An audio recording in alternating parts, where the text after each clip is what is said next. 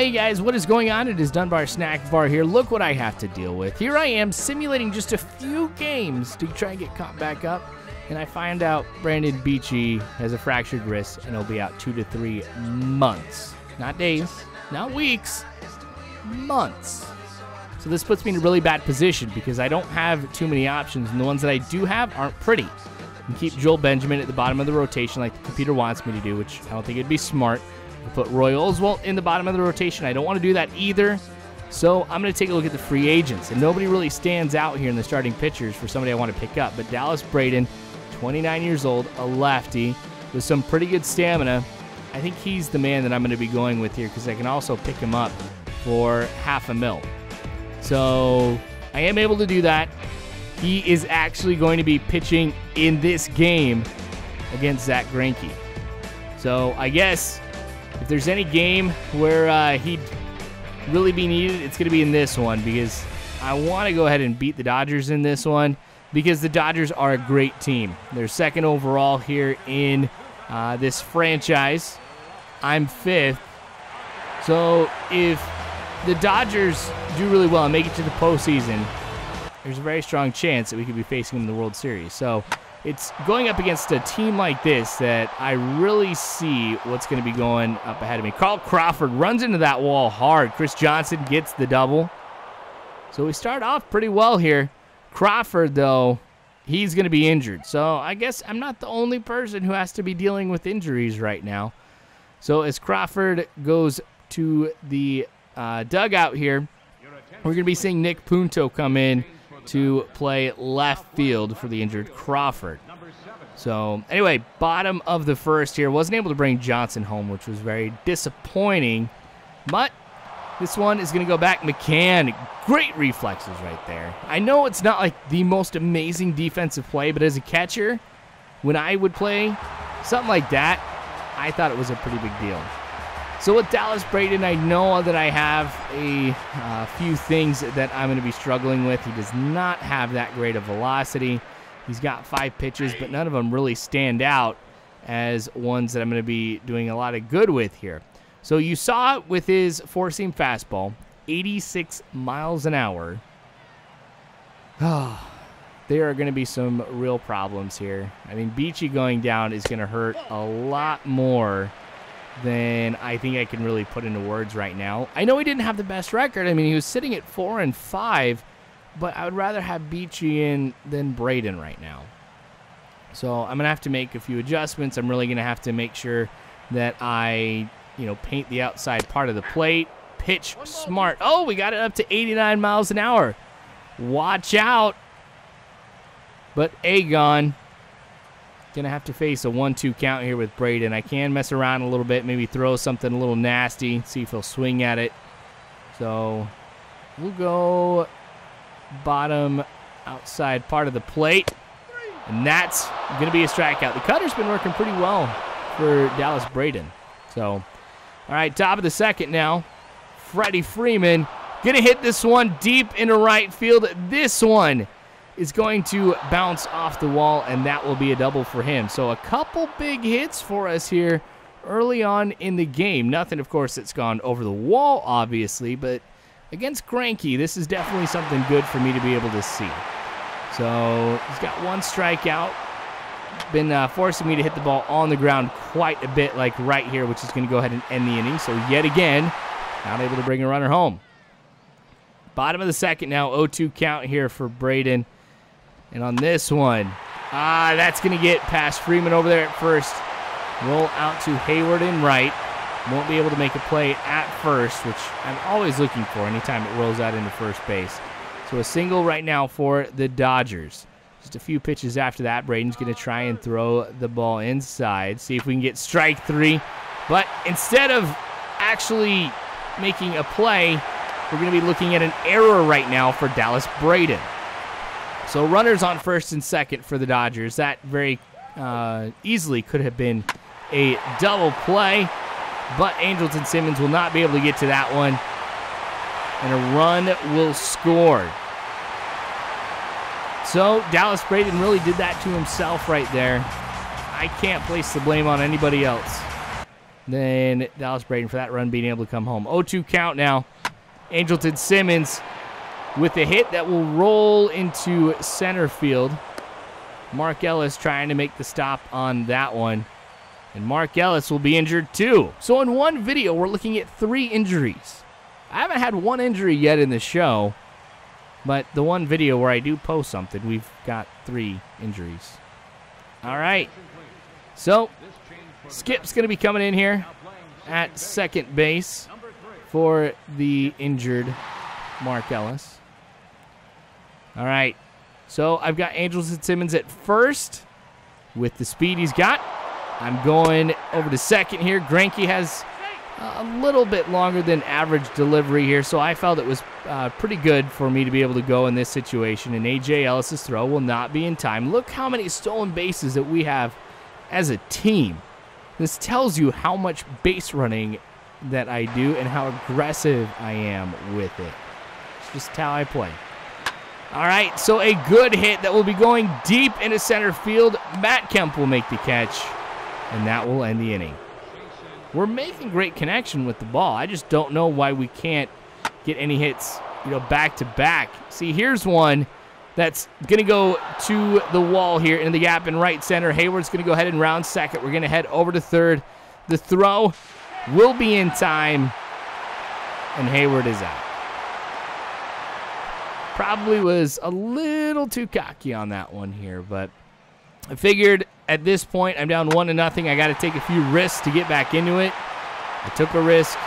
It did not turn out for me. Matt Kemp with, I was going to say he's going to get a double throw out from the outfield. So maybe that's a little bit of a payback moment right there.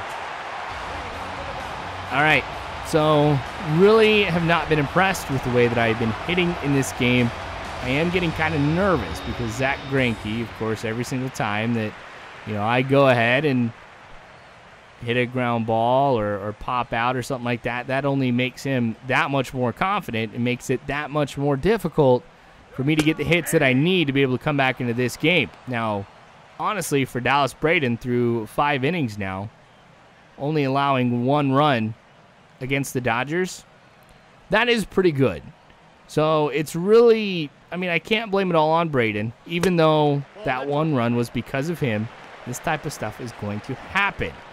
I would like to expect every single pitcher to come out and to allow no runs.